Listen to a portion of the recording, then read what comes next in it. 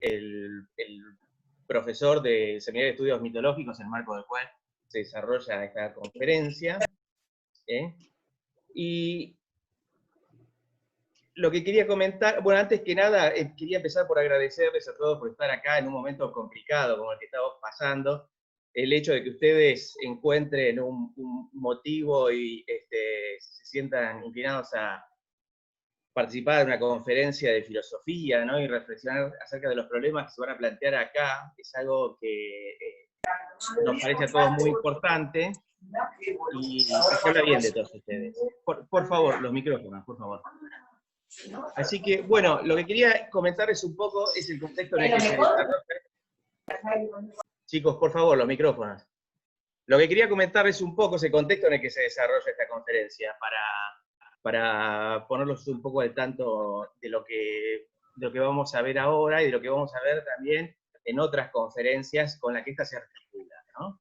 La idea es que a partir de este año, todos los años, en el primer cuatrimestre, la facultad organice una conferencia en la que se van a invitar a un especialista en el mundo antiguo, como es en este caso Guido Fernández Páramo, para que nos ofrezca su aproximación al tema, ¿no? Su visión particular del tema. La idea es que vengan filósofos, filólogos clásicos, historiadores del arte, siempre en el primer cuatrimestre de cada año. Y en el segundo cuatrimestre de cada año, la idea es organizar una jornada de estudios sobre la antigüedad, ¿no? Donde van a venir muchos especialistas, se van a desarrollar muchas mesas temáticas a las que podrán asistir ya a partir de este mismo año, a partir de la tercera semana de octubre aproximadamente. Así que bueno, lo que quería era, para mí el hecho de que sea Guido el que inicie este ciclo de charlas, me resulta particularmente grato, no solo porque es alguien a quien yo tengo una gran estima personal, sino también porque su visión acerca del mundo antiguo a mí me influyó enormemente. Yo fui alumno suyo en el doctorado de la Universidad de Morón, y él también es el director de mi tesis doctoral, y cada vez que charlamos sobre este tipo de temas, él me ofrece una visión de las cosas que yo no conocía hasta este momento. Lo cierto es que él tiene una manera de aproximarse, ¿no? Con unas herramientas, una manera de hacer preguntas, ¿no? Que dan como resultado nuevas respuestas. Y yo quería presentarlos a ustedes y a Guido, para que Guido les transmitiera a ustedes el mismo entusiasmo que me transmite a mí cuando lo escucho hablar. Así que la palabra es tuya, Guido. Bienvenido. Bueno, gracias Lucas, gracias a todos y a todas por estar ahí, y somos un montonazo, nunca estuve así en un Zoom, espero que funcione bien. Bueno, agradecer a Lucas Rodrigo por la invitación, efectivamente la estima y el cariño es mutuo, porque nos encontramos hace relativamente poco y creo que nos encontramos con cierta afinidad para entender el mundo antiguo, para entender nuestra tarea como docentes, como investigadores, ¿no? Sobre el mundo antiguo. Algo que tal vez no es tan común y tan usual, ahora van a entender de qué estoy hablando, porque en el mundo antiguo los estudios suelen estar como fuertemente acotados a ciertas disciplinas, a ciertas materias, a ciertas perspectivas de abordaje, que en mi caso y en el caso de Lucas, hemos querido siempre como desbordar. O voy a hablar algo del desborde y me viene bien decir que en nuestra tarea como lectores, en última instancia, de ese mundo antiguo, de esos textos que todos queremos y que todos leemos, es una experiencia de desborde, ¿no? Es una experiencia como de desplazamiento de las cosas o de buscarlo, un poco lo inesperado tal vez, ¿no? Uno cree que los textos, porque ya tienen 2500 años, 2000, 3000 años, ya están cerrados y qué otra cosa podemos decir, y por algún extraño motivo esos textos nos siguen diciendo cosas nuevas, ¿no? Pero es cierto que hay que abrirse a esas cosas nuevas, y hay que estar abiertos o hacerse sensibles a esas variaciones y esas novedades que esos textos nos siguen transmitiendo, ¿no? Así que, bueno, yo voy a intentar, les voy a contar de qué va la conferencia, qué es lo que preparé. Me imagino que vamos a hacer, yo voy a hacer la exposición. Por supuesto, me pueden interrumpir si hay algo que no funciona, que no se escucha, pero me parece que lo mejor, porque somos muchos, estoy viendo que somos 82, lo mejor es que juntemos preguntas para el final, ¿sí? Para que no se corte demasiado y tal vez al ser tantos se puede perder un poco el hilo. Bien. Yo calculo que voy a hablar unos 40, 45 minutos, así que búsquense un buen sillón, estén cómodos y cómodas. Eh, y bueno, digamos, el tema de la conferencia es la identidad en la Odisea, ¿no? Es pensar en realidad el caos, el mar y la identidad en Odisea, en este texto de Homero, que yo le tengo como un cariño particular, lo he estudiado mucho tiempo y coincido con algunos intérpretes sobre la Odisea que dicen que es un texto excepcional, ¿no? Incluso cuando uno lo compara con la Ilíada, que es el otro gran poema de la antigüedad, el otro poema de Homero, ¿no? La Ilíada y la Odisea, eh, por lo menos algunos críticos consideran que la Odisea es como un texto sofisticado, ¿no? Yo a veces pienso que la Ilíada es como verse una buena película de acción y la Odisea es como un thriller, ¿no? Como una película de Hitchcock. A mí me parece que hay algo de eso, ¿no? Bueno, ¿de qué voy a hablar? Les digo cómo voy a organizar la exposición y empezamos. Voy a decir dos palabras, que es lo que decía recién sobre cómo leer un texto antiguo, pero realmente dos palabras, nada más. Un poco continuando con esa perspectiva que introducía Lucas y que de alguna manera nos hermana. Y después voy a presentarles el problema del caos, que es la base de un poco de lo que yo vengo investigando hace bastante tiempo, no solo en la Odisea, sino en el mundo antiguo y en otras tradiciones y en otras filosofías. Entonces vamos a tratar de pensar dos o tres cuestiones en relación a qué es el caos. En segundo lugar, vamos a tratar de ver qué relación hay entre el caos y el mar, ya metiéndonos en algunas tradiciones mitológicas, para ver cómo el pensamiento mítico pensó el caos, que es un poco una de mis hipótesis, que en el pensamiento mítico, en el mito hay un pensamiento sobre el caos, eso. Y después entonces, en tercer lugar, sí vamos a ir a la Odisea, ver cómo se da el mar en la Odisea, cómo se da ese caos mar ahora en la Odisea. Claramente, no sé si lo tengo que decir, pero todo el mundo sabrá, la Odisea transcurre, gran parte del poema transcurre en el mar, o el mar es un gran protagonista, es como el medio o el ámbito, el espacio en el que se desarrolla gran parte de esa historia, ¿no? Es la vuelta de Odiseo de Troya a su ciudad Ítaca por mar.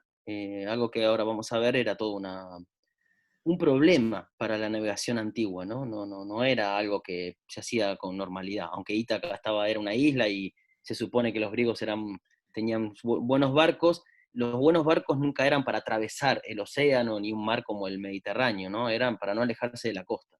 Y bueno, creo que todo el mundo lo debe saber, hasta porque creo yo, porque es una cosa muy popular, muy de sentido común, a Odiseo el mar lo lleva y lo trae por todos lados, ¿no?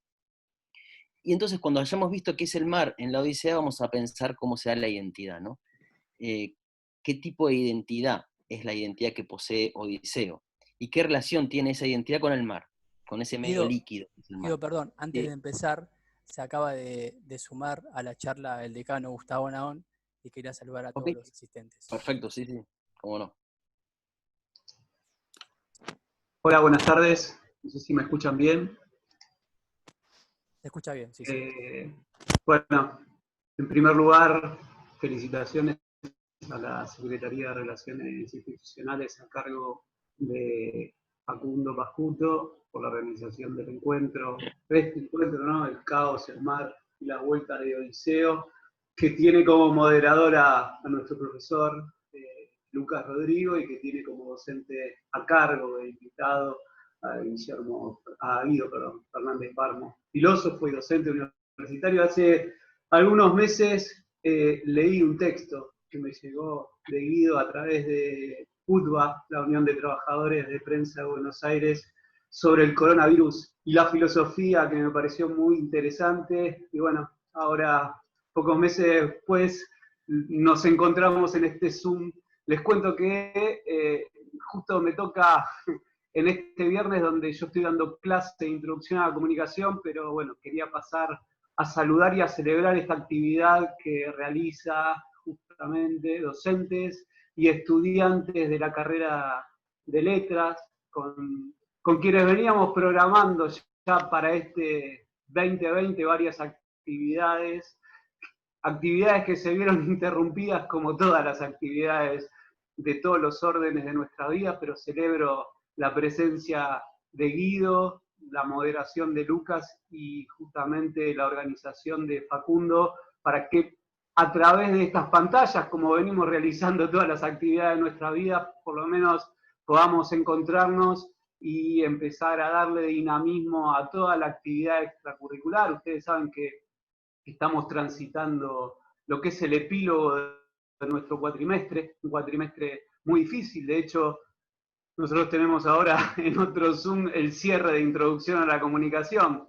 Les decía, un cuatrimestre muy difícil porque nos significó un montón de desafíos en lo curricular, nos significó la reprogramación o la clausura de un montón de actividades. Así todo, desde la Facultad de Ciencias Sociales pudimos poner en actividad a 168 cátedras de 14 carreras diferentes, lo que significó un desafío muy grande. Nosotros siempre dijimos que más allá de que el edificio estuviera cerrado, la facultad debía estar abierta y creo que ese objetivo se alcanzó, insisto, con un montón de obstáculos, dificultades que estamos enfrentando aún y que las enfrentan todas las facultades de todas las universidades de nuestro país que tomaron la decisión político-institucional de dictar clases. Y así como decidimos realizar nuestra actividad académica e iniciar y darle recorrido al cuatrimestre y a las evaluaciones, también decidimos poner en funcionamiento 33 líneas de investigación, todos los módulos del SAOP, todos los programas que están involucrados en nuestro proyecto de Universidad de la Tercera Edad, UNITE, los trabajos de extensión, áreas estratégicas como la agencia de noticias, y también la posibilidad de empezar a trabajar en actividades extracurriculares, congresos, encuentros, espacios de discusión. Este era uno que teníamos, por lo menos, pensado con varios docentes y estudiantes de la carrera de letras, y estoy seguro que no va a ser el último que realicemos este año. Ojalá que podamos hacer uno muy pronto de forma presencial, pero me parece que por lo menos es un buen disparador esto que estamos haciendo a través de este Zoom. Nuevamente les agradezco a cada una y a cada uno de ustedes que están conectados, a Lucas, a Guido, muchas gracias Guido por acercarte a la facultad, por lo menos a nuestra facultad a través de estas pantallas, y a Facundo por haberse puesto a cargo de la organización de este encuentro. Gracias a todas y a todos. ¿Sí? Gracias, Gustavo. Bueno, entonces vamos a empezar. Dije, en primer lugar, 2 palabras sobre cómo leer un texto antiguo. En segundo lugar, pensar, hacer la propuesta de cómo entiendo yo el caos, qué es el caos, y la relación del caos con esa figura mítica del mar. En tercer lugar, la relación entre la Odisea y el mar, para ir ya metiéndonos en, bueno, va a ser el final de la conferencia, en cómo pensar la identidad desde el caos, ¿no? Bueno, en primer lugar, cómo pensar un texto antiguo, cómo leer un texto antiguo, ¿no? Realmente voy a ser breve con esto, no pretendo hacer ni teoría ni poner demasiadas posiciones, sino simplemente lo siguiente. Perdón, que me salió una pantalla ahí, bien. Lo primero que a mí me gustaría decir es, por lo menos mi experiencia, hace bastantes años que me dedico a leer textos antiguos, y cuál ha sido mi experiencia de cómo leer, ¿no? Y con el tiempo he aprendido que uno siempre lee desde su presente, y que no es posible deshacernos de nuestro presente para leer un texto antiguo. Esto es por una razón filosófica bien profunda que no voy a desarrollar, pero habría que pensarlo, que es, nosotros somos producto de un tiempo, y el pasado no es una cosa que quedó hace mucho tiempo, el pasado no existe sin el presente, no es pasado de un presente. Y en ese sentido, no podemos saltar al pasado como hubiera hecho, no me acuerdo el nombre del personaje de Volver al Futuro, que salta al pasado, ¿no? Como si se tratara de un lugar al que uno puede ir, ¿no? Entonces yo voy, como la fantasía que tenemos, voy al pasado y veo cómo era el pasado. Eso es una fantasía, tal vez es la peor fantasía de la ciencia ficción sobre cómo viajar en el tiempo. El pasado no puede ser visto más que desde el presente, ¿no? Lo que no quiere decir que uno diga cualquier cosa de los textos pasados o de las culturas pasadas, ¿no? Tenemos razones, por eso investigamos, por eso estudiamos, por eso hay teorías, hay científicos que nos dan ciertos conocimientos consistentes sobre cómo leer el pasado, ¿no? No es pura arbitrariedad. Pero sí claramente lo hacemos desde nuestro presente. Y vamos al pasado, tampoco para quedarnos en él. Si algún sentido tiene dedicarse a los estudios clásicos, es porque esos estudios devuelven una imagen nueva desde el pasado a este presente. Si no logramos hacer que los estudios clásicos y que los estudios del pasado tengan que ver con nuestro presente, bueno, caeríamos en posiciones, creo yo, estériles, ¿no? Y sobre todo en relación a los estudios clásicos, ¿no? No se trata de develar qué es lo que pasó en Grecia o qué es lo que dice un texto griego, me parece. Nunca se trata de descubrir una verdad en un texto o en un pasado. Creo yo, o por lo menos a mí me ha resultado siempre más interesante, es hacernos cargo de nuestras limitaciones, hacernos cargo de nuestro presente, hacernos cargo de nuestras anteojeras y ver qué otras cosas nuevas les podemos decir a los textos, ¿no? Le podemos hacer decir a los textos. Y la Odisea es, a mí me fascina este texto, ya se van a dar cuenta, pero es maravilloso ver cómo un texto puede hablarnos tan directamente. Y lo que hay que hacer es tratar de leer, me parece, como creativamente. Y eso no es más que leer desde el presente y desde ver las cosas que nos pasan en el presente. Bien, entonces yo voy a ir por ahí. En las tradiciones de los estudios clásicos y de los historiadores de la filosofía antigua, eh, esto se observa muy bien. Es fácil reconocer cómo, cuando un historiador del siglo XIX leyó a Grecia, lo leyó con los postulados del siglo XIX y con las influencias de sus teorías, no sé, el positivismo, por ejemplo. Y cómo cuando, no sé, una serie de autores que con Lucas leemos mucho y nos gustan, los franceses en el siglo XX leyeron al mundo clásico, Bernard, Etienne, lo hicieron también con las teorías de su época, ¿no? Lo hicieron con el estructuralismo, lo hicieron con el marxismo, lo hicieron con las teorías desde donde miraban el presente. Y entonces, cuando yo empecé a estudiar los estudios clásicos, dije, hay que hacer lo mismo que hacen estos tipos, ¿no? Y entonces yo agarré la filosofía, que era la que a mí me había formado, la filosofía con la que yo pensaba en mi presente, y empecé a mirar con esos mismos ojos el mundo antiguo. Y en mi caso fue, digamos, producto como de una inquietud que era haber estudiado gran parte de la cultura clásica con autores como Bernard o como Etienne, saber que ellos habían tenido una influencia importante, por ejemplo, con el estructuralismo, y que por cuestiones de tiempo y de generación, después de ese estructuralismo en Francia había aparecido un post-estructuralismo, y eran parte de los filósofos a los que yo me dedico, y dije, ¿por qué no hacer lo que hizo Bernard de llevar el estructuralismo o llevar sus teorías históricas al mundo antiguo? ¿Por qué no hacer lo mismo con Deleuze, con Foucault, con Derrida, que eran los pensadores que yo conocí y conozco, ¿no? Entonces, yo hago eso. Yo trato de llevar la filosofía contemporánea al mundo antiguo. Yo trato de llevar a Deleuze al mundo antiguo, de llevar a Marx, de llevar a Foucault. eh, por supuesto, encontrándose con algo en el mundo antiguo, ¿no? Y el mundo antiguo resiste a esas interpretaciones, tiene sus resistencias, pero yo creo que se puede producir algo interesante, porque en definitiva es eso, los textos tienen que ser interesantes, nos tienen que conmover. Si no nos conmueven, no tiene mucho sentido. Yo creo eso, ¿no? Yo creo que si un texto no conmueve, si un texto no me moviliza, y de esto tiene que ver el caos de lo que voy a hablar ahora, no tiene mucho sentido. Eh, Uno ha escuchado muchas veces conferencias, lecturas, textos muy aburridos, que tienen otros prestigios. En mi caso, lo que a mí me importa es que nos conmueva. No sé si el prestigio y por lo menos una obsesiva rigurosidad, ¿no? Yo creo que hay que poder ser un poco, hay que desbordar de vuelta esos límites que la academia nos pone, ¿no? Bien. El tema mío es cómo pensar el caos. Em, Cómo pensar el caos dentro de la historia de la filosofía que ha estado dominada por mucho tiempo por un tipo de filosofía que había renegado del caos.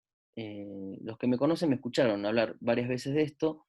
Si uno repasa la historia de la filosofía, uno encuentra que hay una tradición hegemónica en esa historia de la filosofía, en lo que han pensado los filósofos, ¿no? Que ha renegado del caos, ¿no? Que ha dicho que el caos es lo que no es, en realidad, y que la realidad tiene que ver con el orden. No hay nada difícil en esto, porque yo creo que todos entendemos así a la realidad. Yo creo que hay un orden en la naturaleza, y creo que hay un orden en el universo. O sea, hay leyes naturales, eso es un orden. Y que eso es lo que está en primer lugar, ¿no? El orden es lo que está en primer lugar. Hay toda una tradición filosófica que yo creo que empieza con Parménides y que va a reforzarse enormemente con Platón y con Aristóteles, que postura que el ser es ese orden, que lo que es un orden. Es decir, es un tipo de realidad inmutable, que no cambia, es un tipo de realidad que es siempre la misma, es un tipo de realidad sólida, es un tipo de realidad que uno puede identificar claramente, y que la tarea de los filósofos y los científicos es descubrir esa realidad, ¿no? Detrás de la apariencia de muchos cambios, en realidad existe el orden. Una idea muy simple, ¿eh?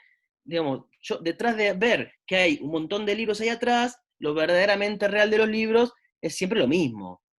Y por más que son todos diferentes, si son todos libros es porque hay algo que es uno y común a todos esos libros, ¿no? O no sé, detrás de los cambios, yo veo que caen las cosas en el mundo y los cuerpos son atraídos por la gravedad, bueno, hay algo que es un orden único, inmutable, que es la ley de gravedad, que es la atracción que ejerce la masa de la Tierra sobre todos los cuerpos.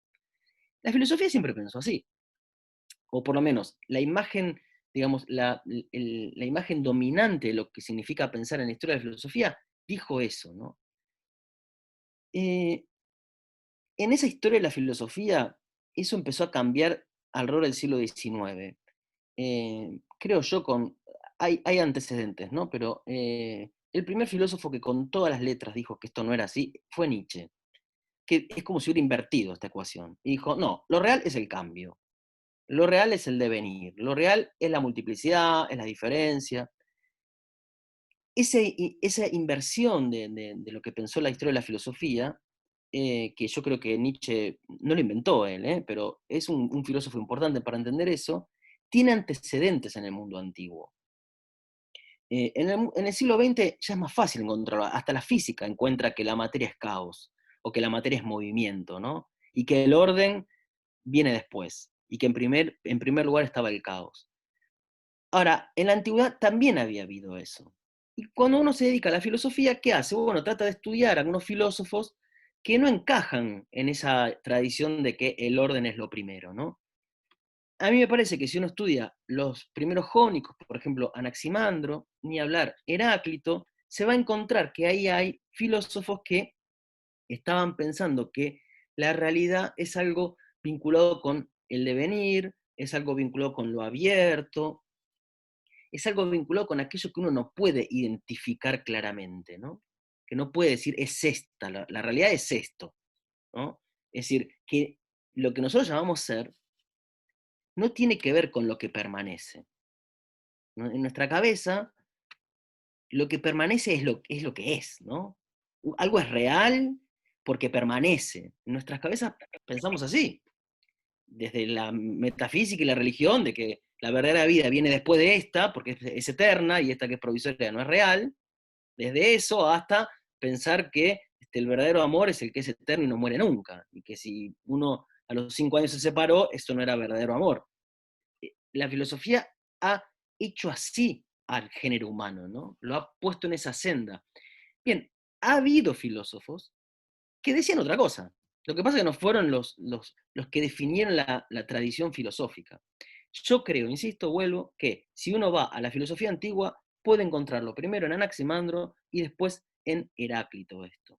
Que de modo diferente, los dos han dicho que lo que está en primer lugar es un tipo de ser que no es identificable, que no puede ser reducido a ningún perímetro, que no es fijo, que no está anclado, que no es permanente, sino que es puro cambio. Bien. Estas dos como formas de entender el ser, en definitiva, lo que les estoy explicando no es más que la concepción sobre el ser es lo que no cambia o el ser es lo que cambia, ser es permanecer o ser es cambiar, también da lugar a ser es ser idéntico o ser es ser diferente. Para la tradición hegemónica del pensamiento, ser es ser idéntico, es lo que permanece idéntico. Porque nosotros pensamos así nuestra identidad. El tema de la conferencia es la identidad. Vayan adelantándose a lo que voy a explicar. Así pienso mi identidad, ¿no? A lo largo de los años he cambiado físicamente, he cambiado un montón de cosas, pero si digo que sigo siendo yo, es porque supongo que hay algo que permanece. Mi identidad es aquello que ha permanecido detrás de todos los cambios. Así nos pensamos. La clave está en pensar si esa identidad, que es lo que uno es, está en primer lugar o en segundo lugar. ¿Es lo que está primero o acaso es un efecto? Es una consecuencia de un tipo de ser que no tiene identidad. Entonces, en la historia de la filosofía uno puede encontrar, por ejemplo, en Anaximandro y en Heráclito, dos filósofos que dicen, en el principio hay un ser que es movimiento, y si hablamos de un orden, por ejemplo, el que hay en el universo, yo lo veo al orden, y veo el cosmos, ¿no? Esa cosa ordenada y armoniosa que pensaban los griegos, si hay orden, si yo veo que, bueno, está el verano, y después el invierno, y está el verano, y después el invierno, y eso supone un orden, es porque el orden ha sido impuesto sobre un ser primero que no tenía nada de orden. Es decir, el orden ha sido fabricado. Para la imagen tradicional de la ciencia, por ejemplo, esto no es así. El universo se ordena porque son sus reglas del juego, digamos, ¿no? Son sus principios, son sus leyes, que están desde siempre. Bueno, este pensamiento, este tipo de filosofía va a decir lo contrario. En el principio, en el fondo, la verdadera naturaleza de las cosas es el cambio. Y si acaso hay orden, es porque hay fuerzas que imponen ese orden, que lo refuerzan, que lo registran. Bien. No les voy a preguntar si vamos bien, porque si tienen que responder sí los 88, colapsa el sistema. Espero que vayan bien. Bien. Entonces, estas dos tradiciones en la filosofía, refuerzo esta idea porque es lo que voy a seguir diciendo, suponen dos concepciones distintas de qué es la identidad. De qué es la identidad, sea la identidad personal o la identidad de la realidad, ¿no? Yo veo que es siempre lo mismo, el mundo es el mismo, hay como una identidad en el comportamiento de los cuerpos en la naturaleza, hay una identidad en las leyes qué sé yo, del sistema planetario, porque hay un orden. O es lo que está primero, o la identidad es un efecto, o la identidad es un resultado de un efecto, ¿no? De un ejercicio de poder que genera un efecto. Bien. Estas dos tradiciones, digo, yo las estoy explicando desde la filosofía. Cuando yo fui a estudiar los estudios clásicos hace mucho tiempo, más allá de la filosofía, que por supuesto me interesaba porque me dedico a eso, me interesó siempre las tradiciones mitológicas, ¿no? Y entender al mito como una tradición de pensamiento. Nada original de mi parte, no es un invento mío para nada, pero sí tal vez para aquellos historiadores de la filosofía que a la hora de buscar un pensamiento legítimo, un pensamiento válido, uno lo sigue buscando en la filosofía o en la ciencia. Y a nadie se le ocurriría ir a buscar en las tradiciones mitológicas un pensamiento válido sobre la realidad. O bien porque cree que los mitos son fantasías absurdas y disparates, o bien porque cree que se trata de una lógica propia de una mente religiosa, pero que, bueno, si uno no tiene esa mente, no me puede aportar nada ese mito, ¿no? Y a mí siempre me pareció que que a uno el mito lo podía tratar como pensamiento, ¿no? Insisto, no lo invento yo esto, ¿eh? Uno puede buscar un montón de estudiosos sobre el mito que han dicho que es pensamiento. Pero ¿qué es pensamiento? Que me sirve para pensar lo mismo que pensaban los filósofos. Y entonces decir, bueno, ¿y el mito qué dijo sobre esto? ¿La mitología qué dice sobre qué es lo que está en primer lugar? Y es llamativo, porque ustedes piensen, la filosofía nace en el siglo VI en Grecia, ¿sí? En el siglo VI. Podríamos extendernos un poco más y decir que es el pensamiento de la polis griega a partir del octavo. Es decir, los griegos a partir del octavo a.C. generaron un pensamiento distinto y nuevo, que es el de la filosofía, que en su versión hegemónica dijo que el orden es lo primero. Podemos pensar eso. Siglo VIII a.C., en Grecia nada más. Y en el resto de la humanidad, y en el resto de la humanidad, y en el resto de toda la historia, la humanidad que había pensado. El siglo VIII a.C. es una fecha relativamente reciente para pensar en, digamos, tradiciones de pensamiento. Gran parte de ese pensamiento que conocemos, porque ha quedado registrado, es el pensamiento mítico, son los mitos. Y es interesante ver que cuando uno estudia los mitos no le temen al caos. La filosofía y la ciencia por mucho tiempo le ha temido al caos. El caos es eso que había que negar. No, eso no es. Lo que verdaderamente es el orden, es lo que permanece. Y por mucho tiempo la filosofía había pasado por ser el saber como más adulto, más perfecto que uno podía tener. Después vino la ciencia y también. Y sin embargo tenemos una larguísima tradición que va a decir lo que hoy en el siglo XX y XXI empezamos a pensar, y que es que tal vez lo que está en primer lugar es el caos. ¿No? Es interesante. Desde que el humano es humano, ha intentado explicar al mundo, siempre. Se ha inquietado por conocer y por saber por qué las cosas son como son, desde siempre. Y desde siempre, si uno repasa las tradiciones mitológicas, no les puedo decir todas, porque claramente no las conozco todas, y porque es cierto que no en todas se da exactamente así, pero ahora les voy a dar ejemplos muy variados. El humano ha dicho que era el caos lo que estaba primero, algo que la física cuántica descubrió a principios del siglo XX, y que Nietzsche dijo en el siglo XIX. Es como si hubiera habido un paréntesis gigantesco. Todo en parte por haberle dado la espalda al mito como pensamiento, al mito como un pensamiento que nos habla de la realidad, que nos permite entenderla y que nos permite darle sentido a la realidad. Entonces, mi primer objetivo, mi primera como intuición, y lo primero que quiero decirles hoy es, el mito es un tipo de pensamiento válido para pensar la realidad. Y no porque tenga que creer en Zeus o en Shiva, no se trata de eso, sino en ver cómo esos textos poseen un pensamiento. Bien, entonces, vamos a seguir un poco. Entonces, vamos al mito, ¿no? Vamos a entender que los mitos tienen un pensamiento, una imagen sobre el caos. Que el mito dice que el caos está en primer lugar y que el caos, ¿qué es? Voy a decir esto primero, antes de leerles los ejemplos. Decir que el caos está en primer lugar es decir que, ¿qué es el caos? Para que vayamos entendiéndonos.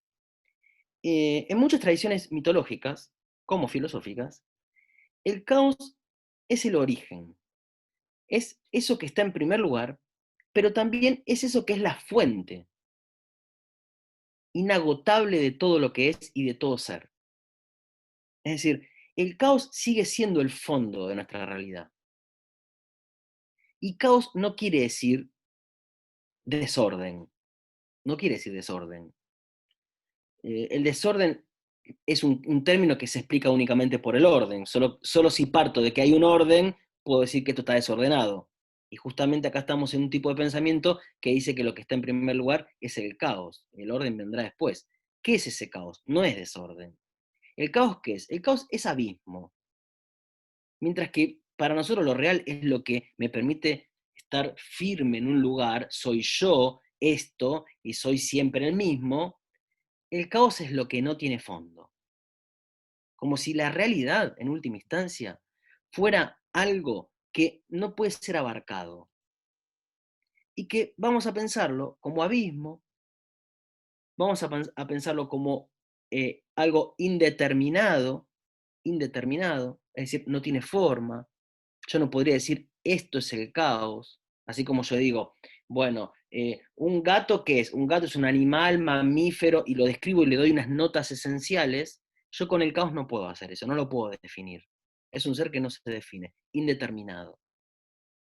Como es indeterminado, como decía Anaximandro, es un ser que no tiene rasgos empíricos, y acá se complica. ¿Qué es rasgos empíricos? No tiene notas observables. No se puede reducir a lo que uno puede percibir en una experiencia empírica. Eso no es el caos. El caos escapa a la experiencia empírica, justamente, porque de la experiencia empírica se define por las notas esenciales que yo puedo ver. No se mareen en esto que estoy diciendo. Es muy sencillo. Yo veo acá un libro y digo, el libro es verde. Ustedes lo están percibiendo, miren, todos lo perciben, el libro verde. El verde es una característica empírica que puede ser percibida, identificada. Esto es verde y esto es rojo. Agarro un libro muy pesado. Y esto es rojo.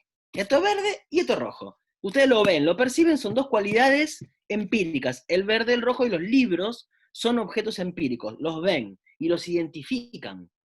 El caos no se ve. No se percibe. Yo no puedo tener una percepción del caos.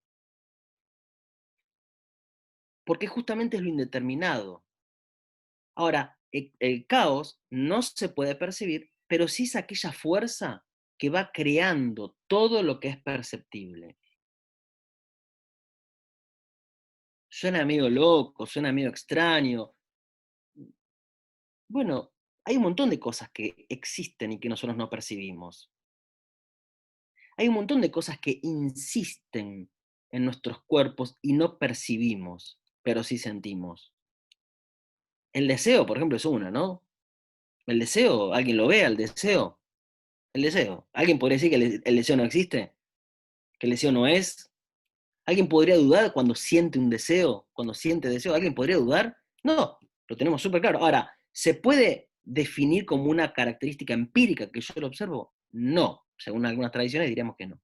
Entonces, el caos no tiene rasgos empíricos.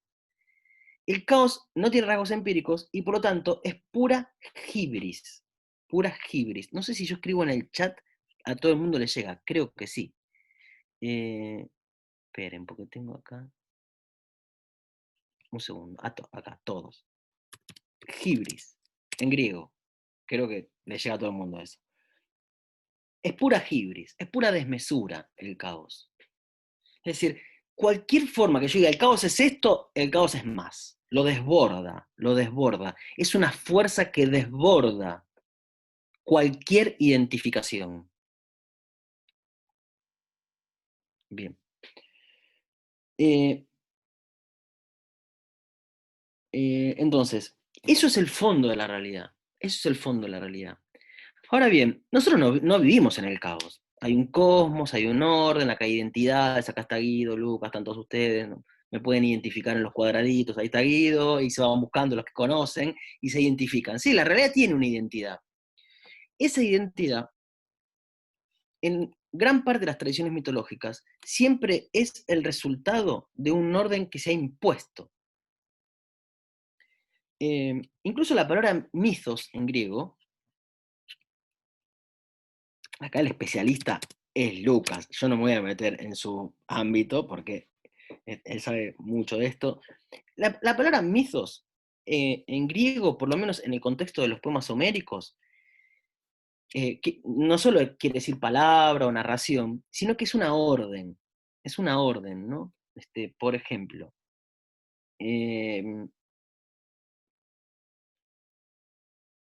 en un momento que se está peleando Agamenón con Aquiles en la Ilíada,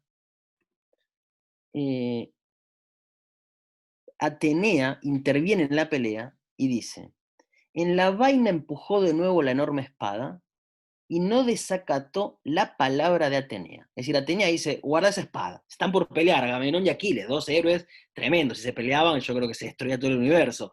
Se están por pelear y Atenea dice: guarda esa espada. Las palabras de Atenea, el texto griego ahí, es mythos. Es decir, es una palabra que da una orden, que impone un orden. Me parece interesante esto, cómo la misma palabra griega, para entender lo que es este saber mitológico, la palabra mythos, supone que el orden es el efecto de una imposición.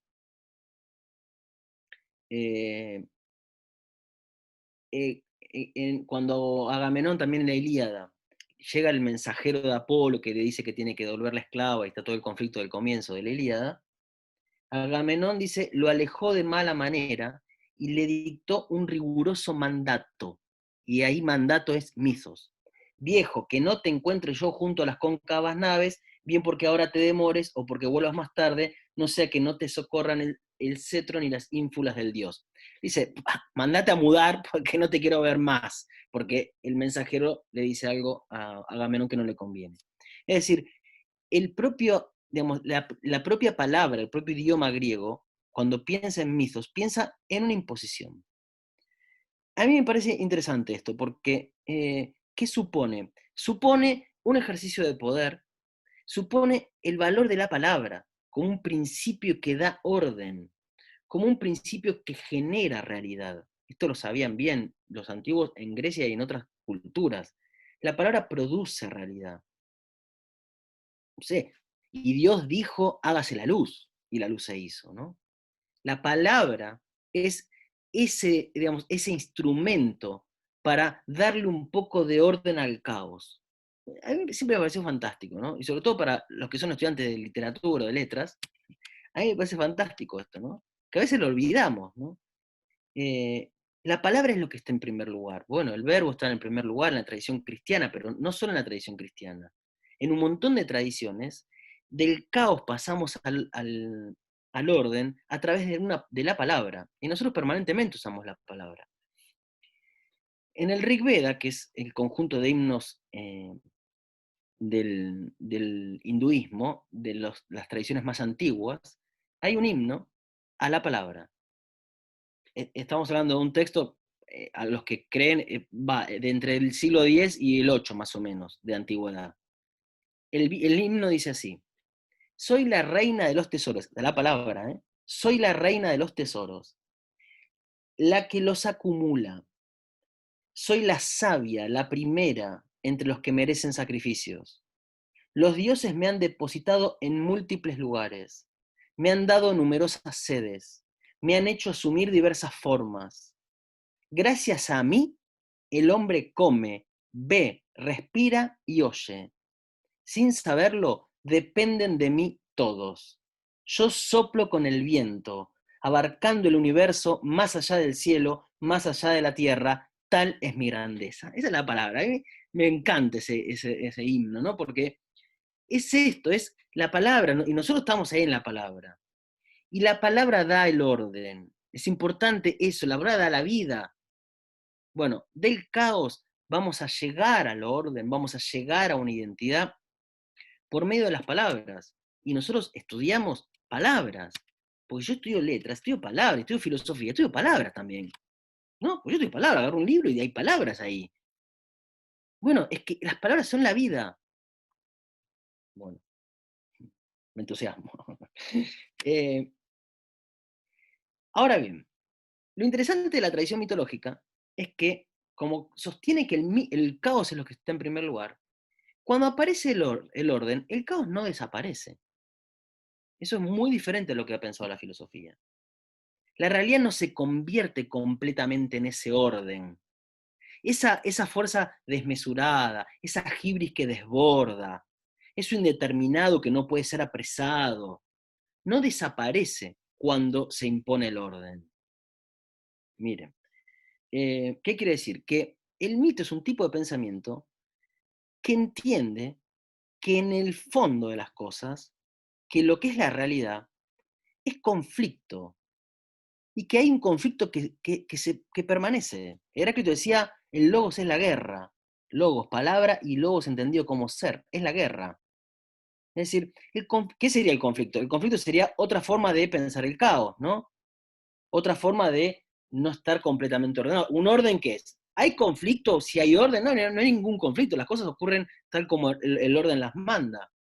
Y la mitología, en un montón de lugares, como algunos filósofos, ha pensado que el conflicto no desaparece. ¿Qué quiere decir eso? Que los órdenes no tienen la última palabra, que las identidades no tienen la última palabra. Esto me interesa, ¿eh? ¿Por qué? Porque nosotros estamos presos de las identidades, porque nosotros estamos presos de esos órdenes. Y por la propia tradición filosófica y cultural, pensamos que las identidades como el orden es algo fijo. Y si a vos te tocó ser varón, sos varón, ya está, ya está. Naciste varón, ya está. O a lo sumo, naciste mujer en un cuerpo varón, pero ya está, sos eso. Es decir, nosotros entendemos que la identidad es lo que no cambia justamente. Y eso es como pensarse dentro de una cárcel, ¿no? El peligro de la metafísica es justamente que si el orden no es creado, sino que es lo que es, no se puede modificar, no se puede romper. Entonces, el mito siempre ha entendido perfectamente que el orden es provisorio, sea el del cosmos o sea el de las identidades humanas. Por ejemplo, todo el mundo debe conocer cómo apareció el cosmos en la tradición griega, ¿no? Digamos, a partir de un combate. Un combate. Zeus vence a sus enemigos, los titanes, ¿no? Primero. Impone su soberanía, impone el orden. Ahora bien, el cosmos, que uno puede decir, tiene cierto orden. Cada tanto, ¿qué es lo que ocurre? Cada tanto, no sé, viene un terremoto que sacudió una ciudad y ese terremoto, ¿de dónde viene? Esa fuerza desmesurada, ¿de dónde viene? Es que Zeus venció a los titanes, pero eso no quiere decir que desaparecieron los titanes. Los encadenó, ¿no? En el fondo de la tierra. Los titanes se sacuden cada tanto. ¿Qué quiere decir? Que el orden es provisorio. No lo quiero asustar, pero es un poco eso. Y que en el fondo las cosas pueden ser siempre de otra manera, sea en el universo como en las identidades. Las cosas pueden ser de otra manera. Las identidades pueden ser otras. Los órdenes pueden ser otros. Bien. Muy bien. En la tradición griega. Otro mito que a mí me gusta es un mito africano, para entender esto, que es el mito de los Bamana de África Oriental, que parece que el cielo, el dios del cielo manda a un dios a crear la tierra, que es el dios Pemba. Entonces, Pemba intenta hacer las cosas y como que no las termina. Entonces, el texto dice, Faro fue llamado, este Pemba llama a otro dios que se llama Faro. Faro fue llamado para asistir a Pemba, que resultó incapaz de completar la confección de la tierra. Y Faro cayó a la tierra bajo la forma de lluvia, que llenó todos los espacios vacíos dejados por Pemba. Ahí están los mares y los lagos, ¿no? Es decir, acá hay un dios, que es el dios que tiene que darle un orden a la tierra, y el tipo no puede, lo hace mal. Al contrario de lo que uno pensaría, ¿no? Que es, los dioses hacen todo bien, en nuestra tradición cristiana, Dios hace todo perfecto, y es omnipotente. Acá hay una tradición que dice que los dioses ordenan la tierra y no les sale bien, y tiene que venir otro a tapar los agujeros, bajo la forma del agua. Otro famosísimo sería la creación de los hombres en el Popol Vuh, el relato maya quiché, ¿no? Los dioses hacen los primeros hombres y les salen re mal. No podían hablar, otros eran de barro y se caían. 3 veces los tienen que hacer a los humanos. Hasta que finalmente agarran el maíz y ahí logran hacer un humano que pueda hablar, pensar y moverse bien. Y adorarlos, que es lo que querían los dioses de nosotros. Pero 3 veces lo hicieron, y mal. Es como muy raro para nuestra tradición entre filosófica y cristiana, que postula que la realidad es un orden y que si soy cristiano, ese orden lo impuso Dios. Y el orden es definitivo porque Dios es omnipotente. Y si yo me voy de ahí, ni los dioses pueden vencer al caos. Bueno, hasta acá esta parte. Vamos a la parte de el caos y el mar. O sea, esto fue una explicación como filosófica, ¿no? Ya veo el tiempo y no sé cómo voy a hacer, pero bueno. Hay muchas tradiciones filosóficas, voy a elegir 2 o 3, y creo que no voy a decir demasiado. Se los voy a contar, nada más. Tampoco les voy a decir cómo se explica que el mar sea una metáfora, una imagen que es recurrente en muchas tradiciones mitológicas para hablar del caos. ¿Por qué? No lo voy a explicar. Han existido un montón de teorías, muy diversas, que intentan explicar esas regularidades que hay en culturas muy dispares y muy distintas, que no han tenido contacto, ¿no? Hay muchas teorías que tratan de buscar la causa de por qué hay ciertas regularidades en las explicaciones mitológicas.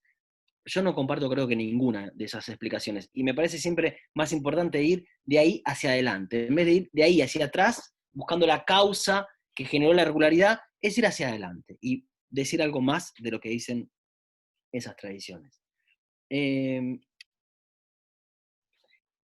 texto que a mí más me gusta es el del Enuma Elish, ¿no? El del poema babilónico de la creación. Yo lo digo siempre y no me voy a cansar de decirlo. Es uno de los textos más antiguos que hay, o sea, bien, bien completo que tenemos, y el texto dice así, dice, cuando allá en lo alto, eso quiere decir Enuma Elish, cuando allá en lo alto el cielo todavía no tenía nombre, no estaba la palabra, ¿no? Recuerden que la palabra crea, no estaba la palabra, no tenía nombre, y aquí abajo a la tierra firme no se la llamaba de ninguna manera, no había nombres para la tierra, eso quiere decir que no había orden en la tierra, si no había palabras que ordenan, eso quiere decir que la tierra está como sin orden, desordenada.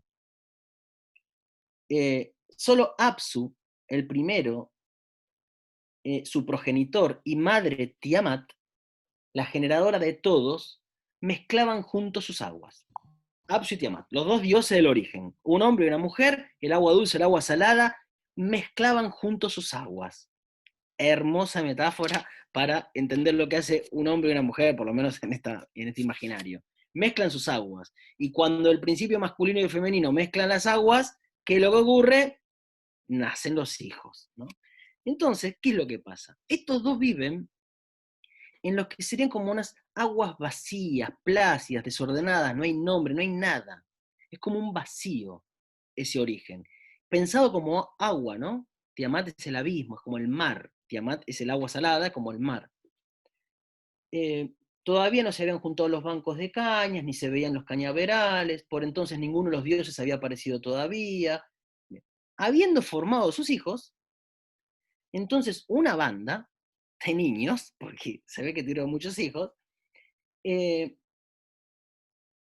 estos dioses hermanos trastornaban a Tiamat, dice el texto, ¿no?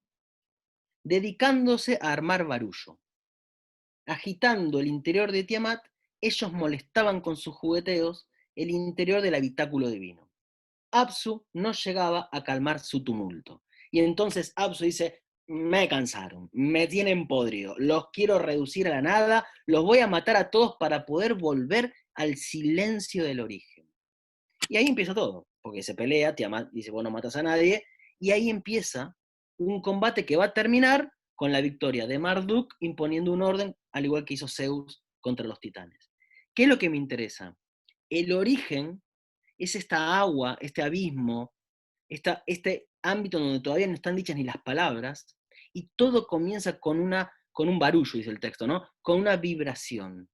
Todo empieza con un agitarse, con una especie de conmoción que le acontecen a estos dioses primigenios. Eso, si yo tuviera que poner una palabra en griego, es pathos. Es la afección. Todo empieza con la conmoción. Porque ser es agitarse, porque ser es conmoverse. Bien. Ahí va, ese es un texto. Otro texto que uno podría poner es el de Génesis, ¿no? No lo voy a decir porque tengo poco tiempo, pero en el Génesis lo mismo. En el Génesis se habla de un abismo acuoso, es un mar, palabras en hebreo que se corresponden con estas palabras del Enuma Elish, ¿no? El abismo está, se los muestro si quieren. El abismo, que es Tehom en hebreo, está vacío e informe.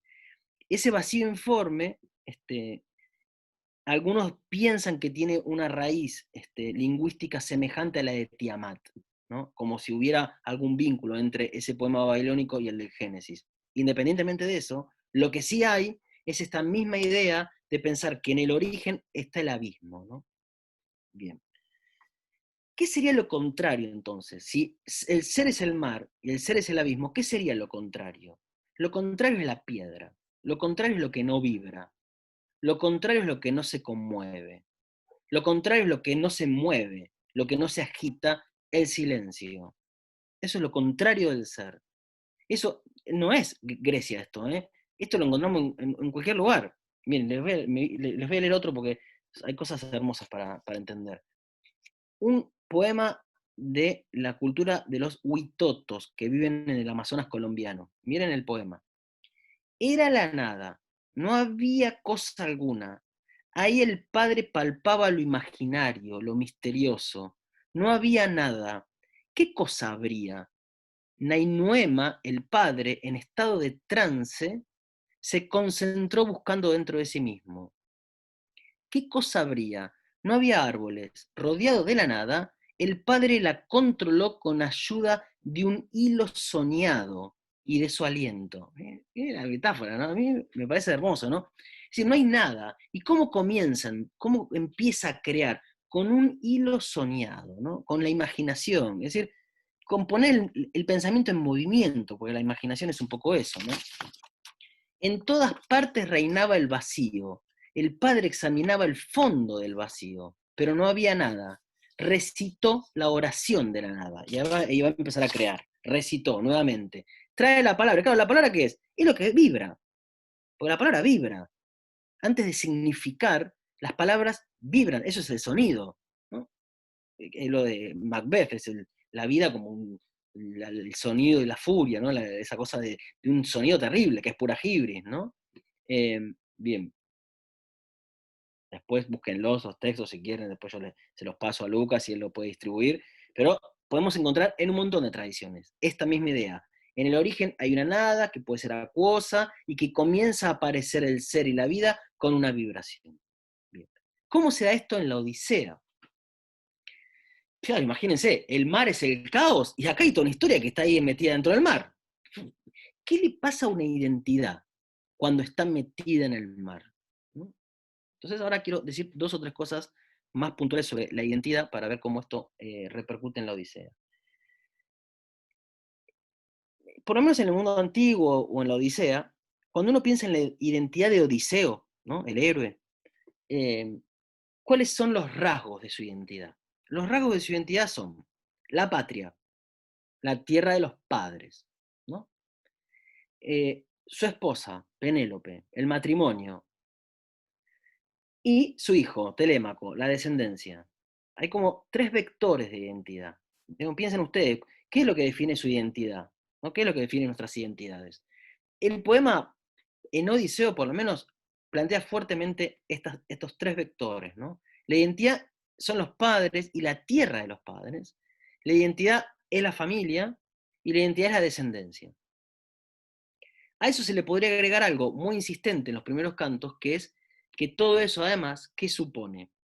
Todo eso supone que la identidad es como un territorio existencial, así lo pienso yo, un territorio existencial poblado de personas y cosas. Es decir, la identidad de Odiseo es Penélope, es Laerte su padre, es Telémaco, y son sus bienes, que supongo que saben que Odiseo, perdido en el mar por muchísimo tiempo, abandonado en el palacio están todos estos pretendientes que le dicen a su esposa Penélope, che, Penélope, se acabó Odiseo, está muerto, tendría que haber vuelto hace 10 años, no volvió, elegía un marido nuevo. Y mientras tanto, consumen los bienes del palacio, ¿no? Esa es la identidad de Odiseo, esos como 3 registros. Les había dicho que el poema yo digo que es como una película de Hitchcock, ¿no? Si la Ilíada es una película de acción, la Odisea es un thriller, diría yo. El problema de la identidad es fundamental para la Odisea. Ahora, la identidad va a ser algo perdido, va a ser algo que hay que conquistar o que hay que defender, porque ahora van a ver por qué Odiseo la pierde la identidad. Lo que es interesante es que el poema no empieza con Odiseo, que está perdido hace mucho tiempo. La Odisea empieza con Telémaco. La Odisea empieza como una búsqueda de un hijo de su identidad, porque él dice, ¿cómo reconocer la propia sangre? Dice Telémaco, ¿no? ¿Cómo se reconoce la sangre? ¿Cómo sé quién es mi padre? Y él no lo conoce, porque Odiseo se fue cuando él era un niño, un recién nacido. Pasaron como 20 años. Telémaco se hizo adulto y dice, bueno, vamos a tomar una decisión, porque yo soy el hombre de la casa ahora. Entonces tengo que intervenir en esta situación de que estos pretendientes acosan a mi madre, quieren que se case con uno de ellos y encima consumen todas las cosas de mi padre. Entonces Telémaco sale a la búsqueda de su padre, a la búsqueda de su padre, ¿no? Y a mí me fascina, ¿no? Pero Telémaco dice, mi padre, no sabemos nada de Odiseo. No hay una tumba, ¿no? En la que yo pudiera llorarle. Odiseo no está, no ha vuelto. Todos sus compañeros de la guerra de Troya volvieron, él no. Y Odiseo está desaparecido. Es increíble, ¿no? Pero el texto dice, está desaparecido. ¿Y qué quiere decir que una persona está desaparecida? Que no tiene identidad.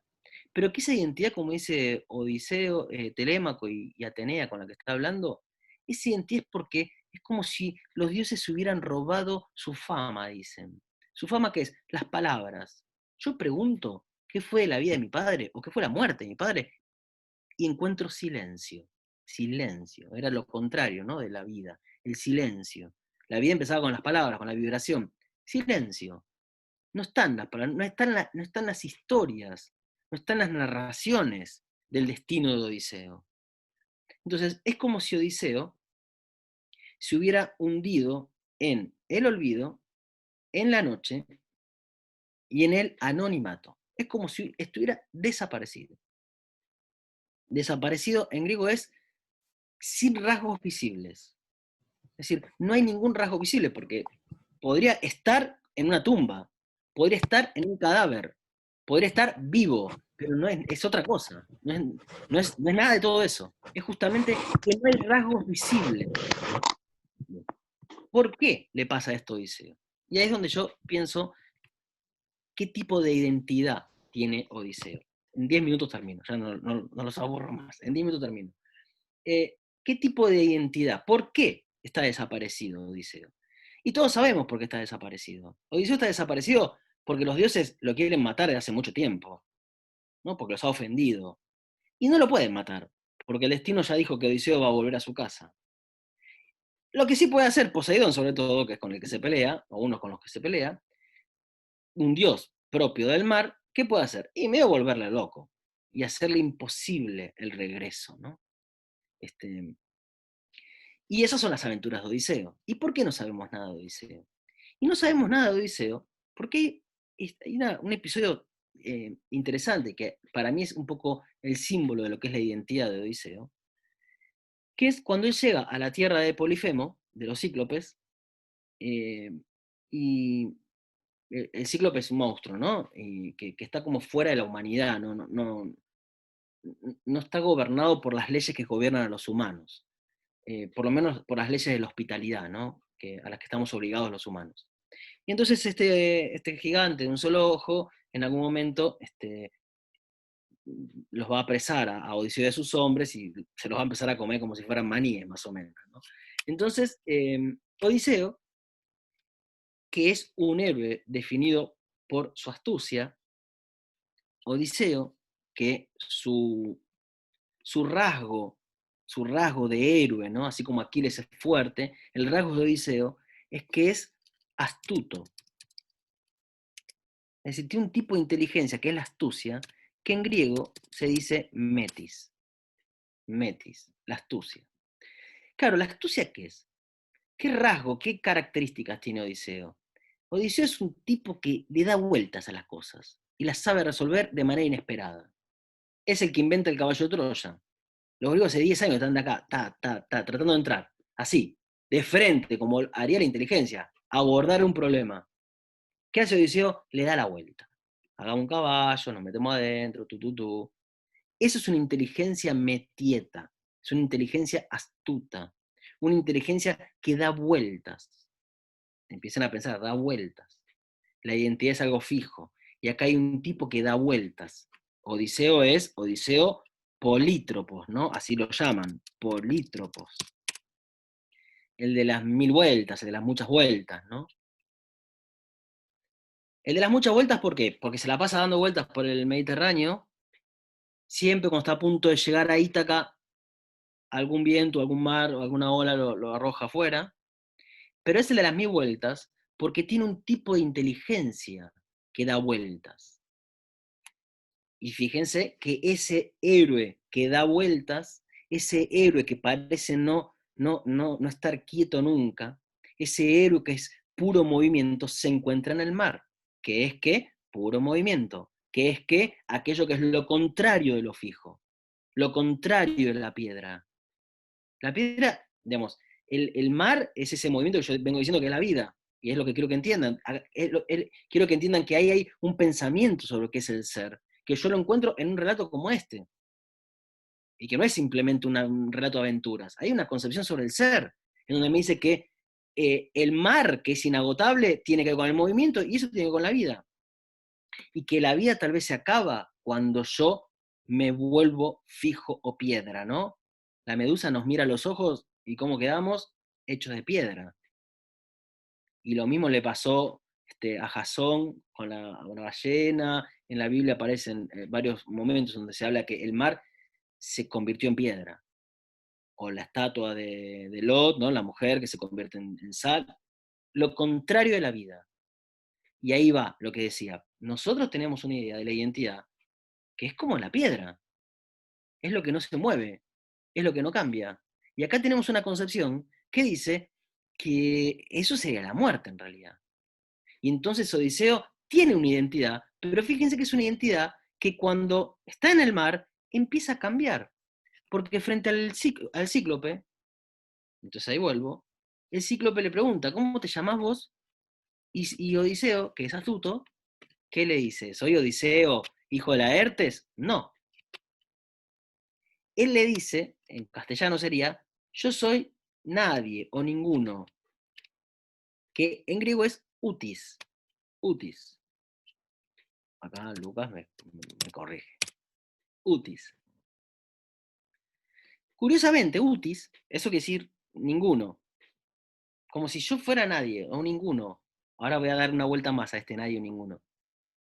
Ahora, en griego, eso mismo se podría decir, en vez de utis, porque u es una partícula de negación, se podría decir metis, porque me también es una partícula de negación. Entonces, a Odiseo cuando le dice al cíclope, yo soy ninguno, le está diciendo, yo soy el astuto. ¿No? Como diciendo, ojo que acá está Odiseo. Soy ninguno, ¿qué es? Es ninguno porque es todos Odiseo. Porque Odiseo es un mendigo, Odiseo es un náufrago, Odiseo es un rey, Odiseo es padre, es el esposo, es un montón de identidades que él va asumiendo. Y entonces cuando Telémaco le pregunta, ¿dónde está mi padre? Y nadie sabe decir nada, es porque la identidad de Odiseo, más que hundida en la nada, más que hundida en el anonimato, ha adquirido múltiples formas. Muchas formas, como el polítropos. Tiene un montón de vueltas. Odiseo es todas esas identidades. Detrás del nadie de Odiseo, detrás del ninguno, detrás de ese héroe que quiere regresar a su casa, lo que hay es una experiencia de una identidad que se da en el cambio, de una identidad no fija que vale por todas las identidades. Que vale por todas las identidades. Es como una identidad, como dice Sartre, cualquiera. Justo ayer lo hablaba con una amiga que ahí está. En las palabras, en la autobiografía de Sartre, Sartre termina su autobiografía diciendo que él ha intentado ser un hombre cualquiera que vale por todos los hombres. y que no se pone por encima de nadie, ni por debajo, sino que es todos los hombres, un hombre cualquiera. Odiseo, cuando le dice al cíclope, soy Utis, le está diciendo, soy un hombre cualquiera. ¿Y qué quiere decir cualquiera? El que puede asumir múltiples identidades, el que puede cambiarlas, y eso es mi identidad, en definitiva. El cambio. ¿Cómo sería pensar nuestra identidad en el cambio y no en lo permanente? ¿Qué tipo de... ¿Somos capaces de eso? ¿Somos capaces de asumir una identidad que fuera la de la experiencia del cambio? Hace poco vi, y voy cerrando, y esto es lo que me parece que a dónde va digamos, la Odisea, o mi lectura por lo menos. Hace poco vi una entrevista que le hacen al filósofo español Paul Preciado, que en realidad hace unos años era Beatriz Preciado, y ahora es Paul Beatriz Preciado. Ahora está como varón. Entonces le preguntan, bueno, ¿pero qué relación hay entre Paul y Beatriz? ¿Ya no sos más Beatriz, sos Paul ahora? Y él responde, yo siempre fui el mismo. Paul, Beatriz, varón, mujer. Dice, como mi identidad es ese cambio. Mi identidad no tiene que ver con aquellas cosas estables, sino con la posibilidad de desbordar esos perímetros fijos y estables que el orden nos impone. ¿Qué sería eso? Bueno, una identidad que proviene del caos, en definitiva. Una identidad acorde a este tipo de pensamiento. Una identidad que no se encierra. A nosotros nos cuesta porque nuestra cultura no está hecha con el pensamiento del mito. Nuestra cultura está hecha con el pensamiento de la filosofía y la ciencia, que dice que lo idéntico es lo permanente. Entonces, la Odisea muestra algo impensable para la filosofía, que es que la identidad sea el cambio. Ustedes me dirían, Guido, es una contradicción como la identidad sea el cambio. Sí, porque ahí está Odiseo, que es todos esos hombres, que es ese ninguno que es cualquiera, y que permanentemente está asumiendo una identidad distinta, ¿no? Porque es mendigo, porque es náufrago. Bueno, muy bien. ¿Está bien? Hasta acá. Muy bueno, Guido, muy bueno. Bueno, yo quisiéramos aplaudirte, pero vamos a reventar los micrófonos ahora si te aplaudimos. Mirá, se me ocurren decir muchas cosas. Voy a tratar de decir las menos posibles para ceder la palabra a todos los asistentes, a ver si alguien quiere hacer preguntas, plantearte alguna duda. Pero antes de ceder la palabra a ellos, yo quisiera hacer un breve epílogo para señalar la originalidad de lo que está diciendo Guido y la enorme importancia de lo que dice Guido. Porque se los hago breve, les pongo un ejemplo, ¿no? Hay dos autores que mencionó Guido, que manejo muy bien y que los estudiantes del Seminario de Estudios Mitológicos nos conocen muy bien, que son Jean-Pierre Vernant y Marcel Deliens, que escribieron juntos una obra llamada Las artimañas de la inteligencia, la Metis en la Grecia antigua. Esa obra fue referencial, sigue siendo referencial para los estudios mitológicos, no solamente relativos a Grecia, sino también para otros muchos, porque se los hago breve. Entre otras cosas, lo que demostraban ahí es que todo el panteón griego, es decir, el conjunto de los dioses griegos, está dividido por un vector que los atraviesa, que es la metis. Es decir, hay dioses que tienen metis y hay dioses que no tienen metis, y al mismo tiempo hay dioses, esos dioses que tienen metis, es decir, que tienen astucia, y esa astucia se entiende como una forma de pensamiento y una forma de comportamiento al mismo tiempo, ¿no? Entre todos aquellos dioses que la tienen de una manera que le es particular. No es lo mismo la metis de Festo, que la metis de Afrodita, que la metis de Atenea, que la de Zeus, que la de Prometeo, etc. ¿No? Lo mismo también existe entonces héroes con metis y sin metis, ¿no? Como es el caso de Ajax, que no tiene metis, por ejemplo. Existen animales con metis y animales sin metis, etc. Lo cierto es que a partir de ese libro, ese libro fue referencial, le decía yo, porque entre otras cosas sirvió para establecer un marco de aproximación que hasta ese momento se venía discutiendo mucho, ¿no?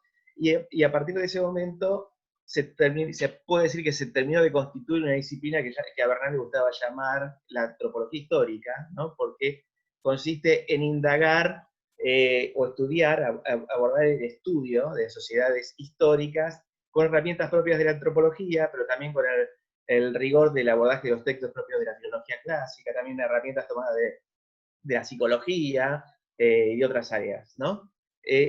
Lo que está diciendo Guido acá se viene a complementar con todo eso de una manera enormemente rica, porque no se subsume, o sea, no es algo que se pueda inscribir, ¿no?, lisa y llanamente dentro de una aproximación de este tipo, porque agrega una visión propia de la filosofía, que esta aproximación bernantiana no tenía, ¿no?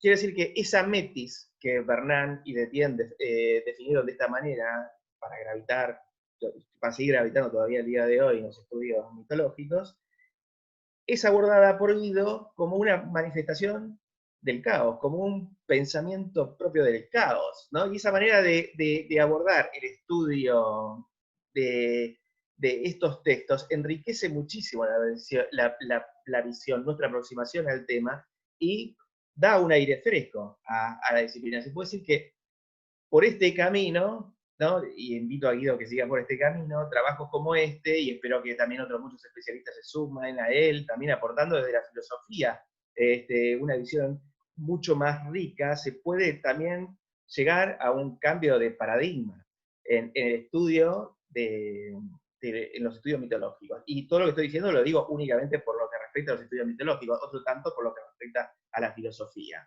Esto quería señalar yo, la enorme importancia y la enorme originalidad de este tipo de aproximaciones. Teniendo en cuenta esto y lo que acaba de decir Guido, ahora me gustaría ceder la palabra a ustedes, aquellos que tengan algo para decir, alguna pregunta para manifestar.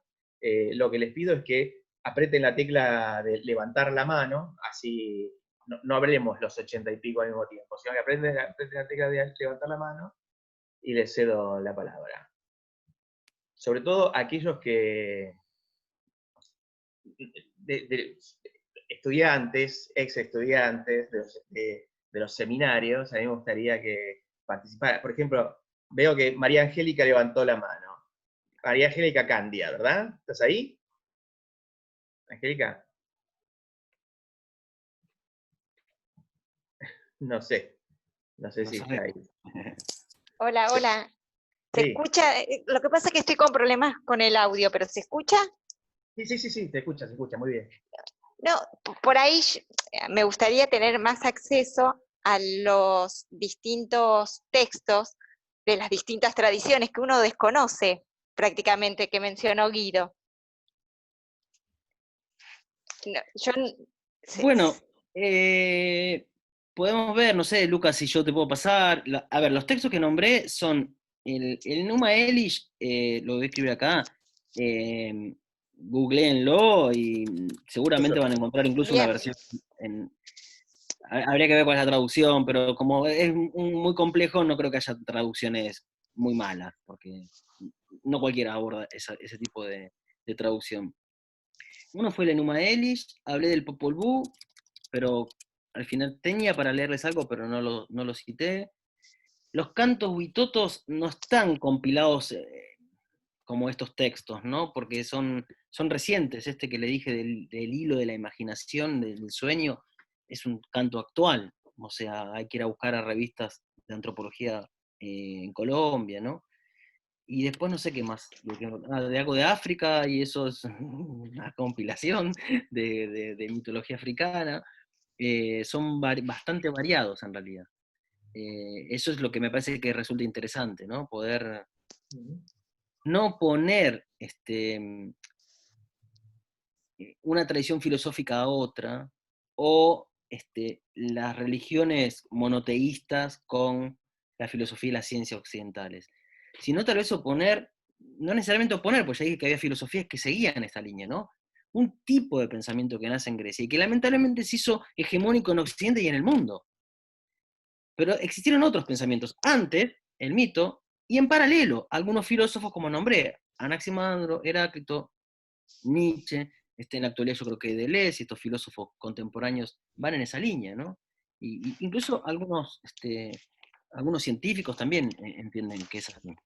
Y entonces, en esa oposición, uno puede hacer pie perfectamente en un canto del Amazonas, porque ese es un tipo de pensamiento que no es el del Occidente, y encuentra algo semejante, ¿no? Y lo mismo pasa en la India, ¿no? Bien. Perfecto. También, también hablaste del Rig Veda. Ahí Del hecha en Buenos Aires una traducción de Fernando Tola, muy buena, referenciada, Claro, que sí, se puede... la editó las 40, ¿no? Sí, Las 40 creo que las editó. creo que sí.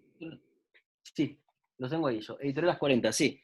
Son dos de los especialistas más importantes del pensamiento indio, son argentinos, ¿sí? Que es Dragonetti y Tola, eminencias mundiales. Y hay una edición, incluso creo que es bastante económica. Comparado con lo que valen los libros hoy en día, me parece que debe ser accesible, que es la edición del Rig Veda, ¿sí? Una selección, por lo menos. Perfecto. Mira, acá tenemos a Gracias, Nehuen. gracias. Perfecto. Tenemos a Nehuen, que quiere decir algo. Nehuen, ¿qué tal? ¿Estás ahí? Vale. Hola Guido y participantes. Como siempre Guido, es muy estimulante escucharte y tu pensamiento y la lectura que haces de las cosas. Eh, me pareció muy interesante cómo pudiste darle trasfondo a que estas identidades nuevas amenazan al orden. Y me gustaría preguntarte si estás de acuerdo con algo que leí en CISEC respecto a que estas identidades que amenazan al orden ya se están normalizando y qué pasa cuando este concepto de identidad cambiante, más, ¿no? Por ejemplo, en la LGBTQ+, ya se vuelve algo institucionalizado, algo normal, y qué pasa después de eso, ¿no? ¿Qué es aquello que viene a amenazar el orden? Mira, si necesitaría tiempo para responder bien. En dos palabras, siempre está esto, siempre está el peligro de que se institucionaliza o que se imponga un nuevo orden, porque es un poco casi un destino inevitable, ¿no? Imponer un nuevo orden. La clave está en una especie como de coeficiente de variación que pueden tener las identidades. Han existido identidades que no podían variar, ¿no? En una época ser varón era esto y no era otra cosa. Hoy en día han empezado a variar. Entonces, es como una tensión, no hay que pensarlo como modos. O vos tenés una identidad cambiante o tenés una identidad fija, sos bueno o malo. No lo pensaría así. Yo lo pensaría como dos modos de existencia en los que a veces uno queda más petrificado y a veces uno tiene más variación. Son modos, ¿no? Lo que sí podría responder, y lo dejo, vayan a descubrir qué quiere decir esto, porque no lo voy a poder explicar, es que esta variación casi constante a la que estamos empezando a asistir, esta posibilidad de ser una cosa u otra, u otra, u otra, u otra, u otra, no casualmente, esa es la lógica que tiene el capitalismo para crear. Es decir, nosotros estamos viviendo en una época, una sociedad, un tipo de economía, que es el capitalismo, que se rige por un principio, por una lógica, que es la lógica de lo abstracto, que es indiferente a toda forma determinada. Yo puedo vender teléfonos iPhone o puedo vender remeras del Che, a mí qué me importa, porque el capital no se define por una identidad. Y entonces, si bien en una época fueron necesarias las identidades rígidas para ordenar esta sociedad, hoy en día parece que no son más necesarias, y este cambio perpetuo de identidades se parece mucho al cambio perpetuo de mercancías que uno consume, ¿no? Hay algo de eso. Y ese sería para mí el riesgo, de que quede preso, no sé si de un nuevo orden, sino de una lógica de producción de identidades que no tiene que ver con la liberación, sino que tiene que ver con la lógica imperante de esta sociedad que es el capitalismo. Bueno, yo creo Perfecto. que... Sí. Muy buena tu intervención, Nehuen, gracias. Tenemos también a Leticia Anato, que quiere decir algo. Leticia, ¿estás ahí? Hola, perdón. Hola Guido, ¿qué tal? Soy Fermín. Fermín. Sí, bueno. No soy Leticia, evidentemente, pero bueno, te hablo desde aquí. Las identidades pueden Nada, cambiar. a mí sí, justamente decíamos eso. Me había surgido una pregunta con respecto a esto que hablabas del cambio. Todo el tiempo, como hiciste referencia a como algo que cambia, ¿no? Esta cuestión de que el cambio permanece, pero claro, mi pregunta venía justamente como bueno, me queda la duda de qué es eso que está cambiando, digamos, pareciera ser que en el cambio permanente pareciera ser que de todas maneras hay algo que permanece, como si hubiese algo que si se quiere puede ser esta identidad de la que estuviste hablando, pero no sé, es como que hay algo que no me termina de cerrar, digamos, como si de Me alguna parece forma, que... sí, No, dale, termina.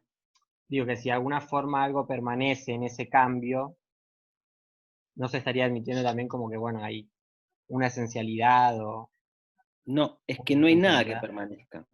Es que eso es lo complejo de esa tradición de pensamiento, que es tanto mitológica como filosófica. Es pensar el cambio sin el sujeto del cambio. En las tradiciones filosóficas, metafísicas, los cambios son cambios de un sujeto que permanece, ¿no? Esto que uno piensa, digamos. Es el famoso ejemplo de la vela en Descartes, ¿no? Yo tengo la vela en Descartes y Descartes la describe y al ratito la vela se derritió, tiene otras cualidades, pero digo, es la misma vela. Entonces la filosofía que ha dicho siempre, bueno, es que una cosa son esas cualidades cambiantes, que son como accidentes, y otra cosa es la esencia del ser, que es como el maniquí y el ropaje que le pongo arriba. El maniquí es el mismo. Acá lo que hay es un cambio sin sujeto. Es un cambio sin sujeto.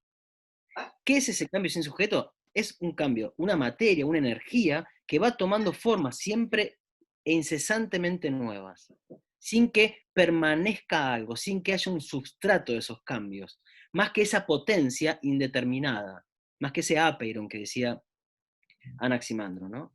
Es entender el cambio sin sujeto. Para pensar en otras tradiciones, el sistema de pensamiento que vio esto con mayor claridad antes de Deleuze y de Nietzsche es el budismo. Las cosas están vacías, no tienen sustrato, no tienen sustancia, ¿no? Es el no yo o el no alma, el anatman, del que se habla en el budismo. ¿Y eso qué es? Que todo es efecto de un efecto. Un efecto, una variación de una variación, sin que permanezca algo, ¿no? Cuando el budismo explica la reencarnación del alma, claro, si no hay identidad, ¿qué es lo que reencarna? Lo explican diciendo el ejemplo de dos velas, ¿no? Yo pongo una velita, prendo otra, yo no digo que la llama saltó, que es la misma llama. La llama no es una cosa, pero hay una continuidad entre un ser y el otro ser, ¿no? Iría por ahí, Fermín, me Perfecto. parece. Perfecto, Bien, muchas gracias, Fermín. Silvina, también tenemos acá a Silvina que quiere decir algo. ¿Estás ahí? Hola, sí. ¿Cómo estás? Bueno, primero agradecer por, por este encuentro y después creo que un poco ya respondió mi pregunta con lo que dijo recién, pero igual la voy a hacer, que es que en un momento Guido mencionó esto de que Ulises está desaparecido en Ítaca y por lo tanto carece de identidad, ¿no? Y yo quería preguntar que, porque en realidad esa identidad está amenazada, pero no logra desaparecer, digamos, bueno, cuando Telímaco sale a buscar el relato, digamos, está todo el tiempo amenazada, pero no logro entender en qué momento desaparece y pienso si ahí no hay algo de esa cosa empírica que nunca termina de... No sé De si borrar. es mi pregunta. Sí, entiendo perfecto, y está bien lo que preguntás, porque yo no lo desarrollé por tiempo, no lo puedo explicar.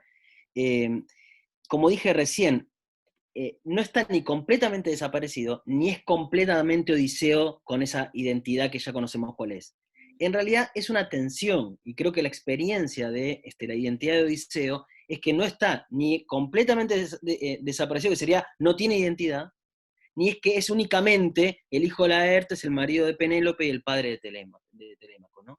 Es decir, ahí hay una identidad que tiene, que reúne una parte de puro movimiento, de cambio, y algo que tiende a permanecer, que es esa identidad de Odiseo. Lo que pasa es que él está ahí perdiéndola, ¿no? Está como conquistándola y perdiéndola constantemente. Yo les quería leer un fragmento que tenía preparado, que me parece muy lindo de cómo se da la identidad, que es, miren, él está llegando a Ítaca en el canto quinto, miren cómo dice: desmayado sintió el corazón y los miembros Ulises, y en profundo dolor conversó con su espíritu prócer.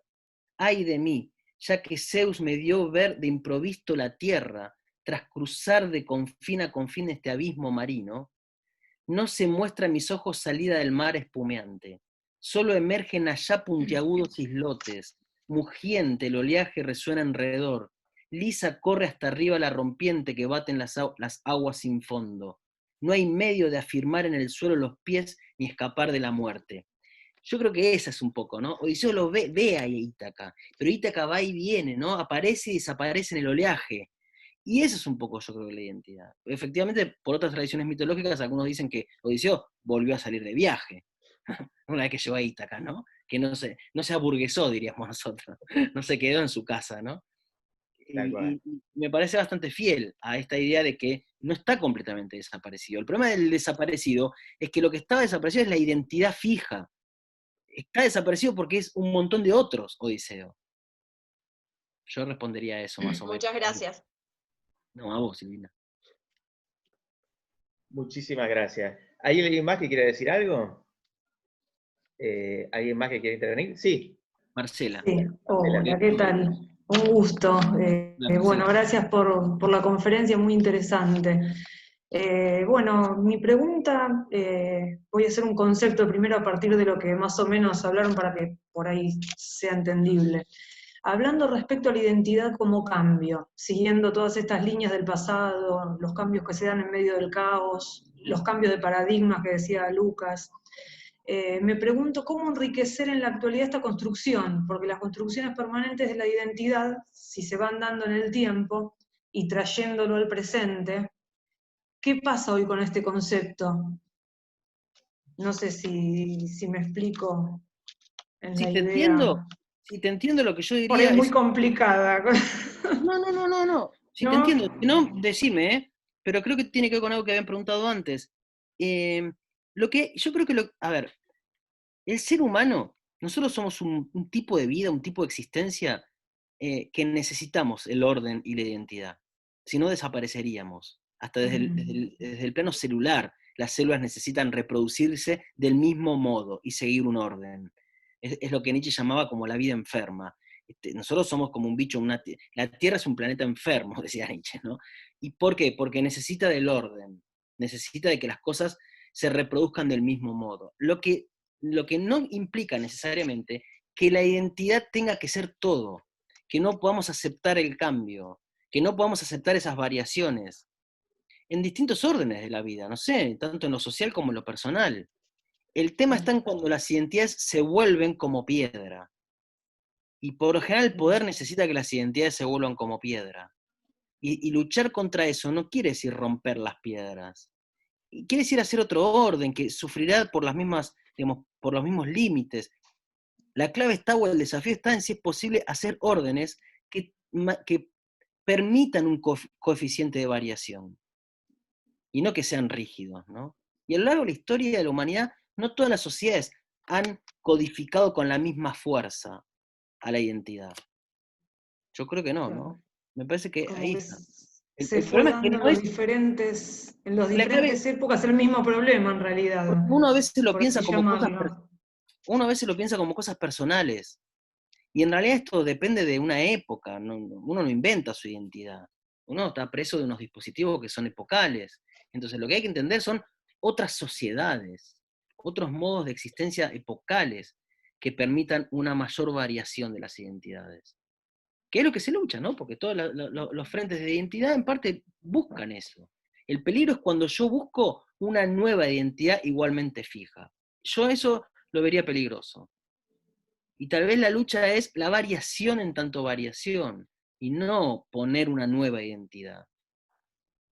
Porque la vida es móvil, porque la vida es esa cosa insondable del mar. No se registra la vida. Entonces hay que abrirse, eso es bien de Nietzsche, hay que abrirse a esos cambios. Entonces las identidades no se pueden anclar con uñas y dientes, a la carne, digamos. Bueno. Perfecto, gracias. Muy buena tu respuesta, Guido. Gracias, Marcela. ¿Hay alguien más que quiera intervenir, hacer una pregunta, manifestar una duda, un parecer, una opinión? Si no, si les parece, lo vamos dejando acá, pero yo antes quisiera agradecerles, en primer lugar, a la facultad por todo lo que hizo para hacer esta charla posible, porque hay mucho trabajo detrás de esto, y lo hicieron todos ellos, sobre todo la Secretaría de Relaciones Institucionales de Facundo Pascuto, que ofreció el soporte técnico, está administrando ahora esta conferencia, que también hizo los flyers, que lo distribuyó, que nos reunió a todos nosotros acá. por descontado también a Guido, le quiero agradecer su presencia, y muy especialmente a ustedes por estar acá, en un contexto tan difícil como estamos pasando, ustedes se hayan encontrado el momento, ¿no? Y no hayan perdido el interés de escuchar una charla de filosofía para reflexionar sobre este tipo de cuestiones, que también son apremiantes. Así que, bueno, les agradezco mucho a todos, a todas, por haber participado, por habernos escuchado, por haber escuchado a Guido. Sí. Y lo que les digo es que, antes de cerrar, quería decirles que esta charla se inscribe, como ya se los adelanté en el principio, dentro de toda una serie de actividades que la facultad está organizando para la carrera de letras. A todos ustedes que participaron acá, les va a llegar la invitación también de esas otras actividades. Guido, ¿querías decir algo más? No, gracias Lucas por la invitación a la universidad y digamos por abrir este espacio tan importante para esta época, porque yo creo que es más importante ahora que nunca poder hacer cosas que nos distraigan en un buen sentido, inteligentemente, que nos pongan algo del orden de ese pasos que yo digo, ¿no? La cuarentena tiende a volvernos muy apáticos, a volvernos muy encerrados en nosotros mismos. Cuando Odiseo describe al cíclope, dice que el cíclope es como un monstruo porque es pura individualidad, no tiene vínculos con nadie, y eso es monstruoso. Y entonces esto es una manera de no ser monstruos y no volverse apáticos, me parece súper importante, sí. Muchas gracias. Bueno, gracias Guido. a todos Gracias. y a todos, sí, sí. Gracias por estar acá. Les mando un abrazo fuerte. Hasta luego, hasta la próxima. Adiós.